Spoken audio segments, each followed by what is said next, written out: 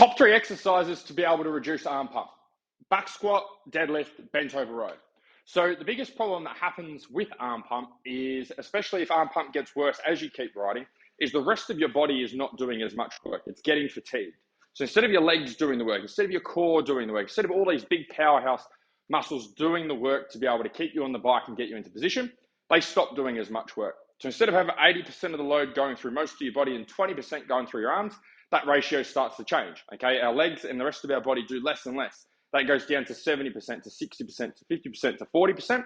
And the rest of that has to be made up somewhere. So usually that's the arms, which start to do 20, 30, 40, 50% of the work, which they're not designed for. If you have a look at the size of your forearms and you have a look at the size of these big muscles here, night and day difference. So we want to keep these big muscles nice and strong and doing most of the work.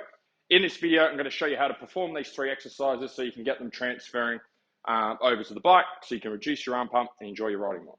So first exercise that we're going to look at is the deadlift. A couple of things we want to do for our deadlift. We want to make sure that our feet are underneath our hips because that's where our power is.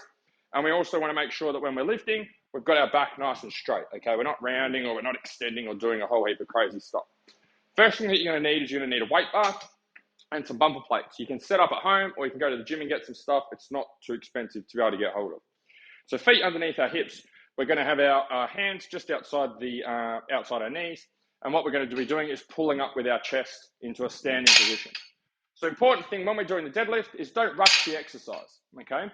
What I find for a lot of riders is they try and go too heavy and they can't keep their back straight. And so what starts happening is when they're lifting, they might start off straight and then they lift and then they go like this. And they get all sorts of back issues and back troubles and then they blame the deadlift. Chances are if you get a sore back when you deadlift, you probably get a sore back when you go and ride as well because you're used to using your back for everything rather than using your legs and having a nice strong core. So deadlift would be the first one that I'd start with. Second exercise that I'd start with is the back squat. So reason I love the back squat is it's really, really good at being able to get your legs strong so that you can stand up on the bike for long periods of time. So I'm just going to clean this up, but normally, because it's better for the camera, but normally you can use a squat rack to be able to get the weight up so you don't kill yourself trying to get the weight up on your back. So if we go up overhead, boom, we want to have our feet at about just outside hips, okay, maybe roughly shoulder width or a little bit in, depending on how tall you are and what's comfortable. Bar on our back again, push the weight back, and then we bend with our knees, okay? And you can go down as low as you can, being able to keep a nice straight back. So I've been training for quite a while and my mobility is quite good. For some of you, you might be a bit stiff and tight, and maybe you just start off with going to this height, okay, not as low.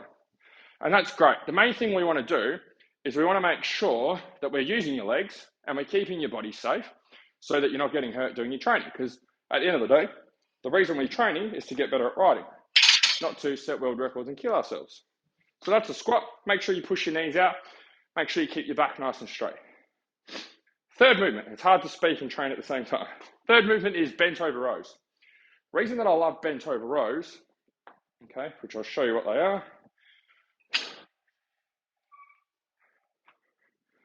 is because they get those big muscles, these big lats here, okay, firing and working. For most riders, these muscles don't do any work. So when they go and ride and they're moving backwards and forwards, it's their forearms which are doing a lot of that work because these big muscles aren't working. So with the bent over rows, we can really get those big muscles working here. So that means when you go and ride and you're in the attack position and the bike's going backwards and forwards, instead of using your arms to move the bike backwards and forwards, we're now using your lats and these big powerhouse muscles. So how do we set up for this movement? Okay, what we can do, again, feet roughly shoulder width or a little bit in. We're just going to hinge at the hip and go to the top of the knee. We're just going to pull into the belly button, okay? Main thing is that you're keeping your back straight. We're not trying to round over like this, okay? The whole goal is back nice and straight, and we want to make sure that we're using those muscles in your upper back exactly like you would be when you're riding. With all of these movements to start with, guys, start off with higher reps, lower weights, okay? Start off with, say, 4 sets of 10. Reason you want to go higher rep and lower weight at the start is because you're probably new to the movement, okay? The more reps we can do, the better you're going to get at them quicker. The reason we want to use a lighter weight is because you're probably not going to be too confident with the movements. So we want to build up your confidence with the movement, make sure you've got good technique, and then in the coming weeks, we can start to add more load. Then you can start to do things like 5 sets of 5, where you go a bit heavier, and then later on, you might do something like 6 sets of 3, where it's really getting quite heavy. but at least you know when you're going heavy that your technique's good and you're moving well. If you're finding that you're getting injuries or niggles as you're weight training, it's a good sign that you're not moving properly with the weights. You might think you're moving properly, but if you're getting hurt, you're getting injuries, chances are you're probably not. So go and get some help from a personal trainer, watch some YouTube videos. For the guys we work with, they can send in videos to us and we can have a look at their training that way. If you'd like some help with this stuff and you want to get rid of arm pump, apply for my Faster Laps program below. Otherwise, hopefully you enjoyed this video.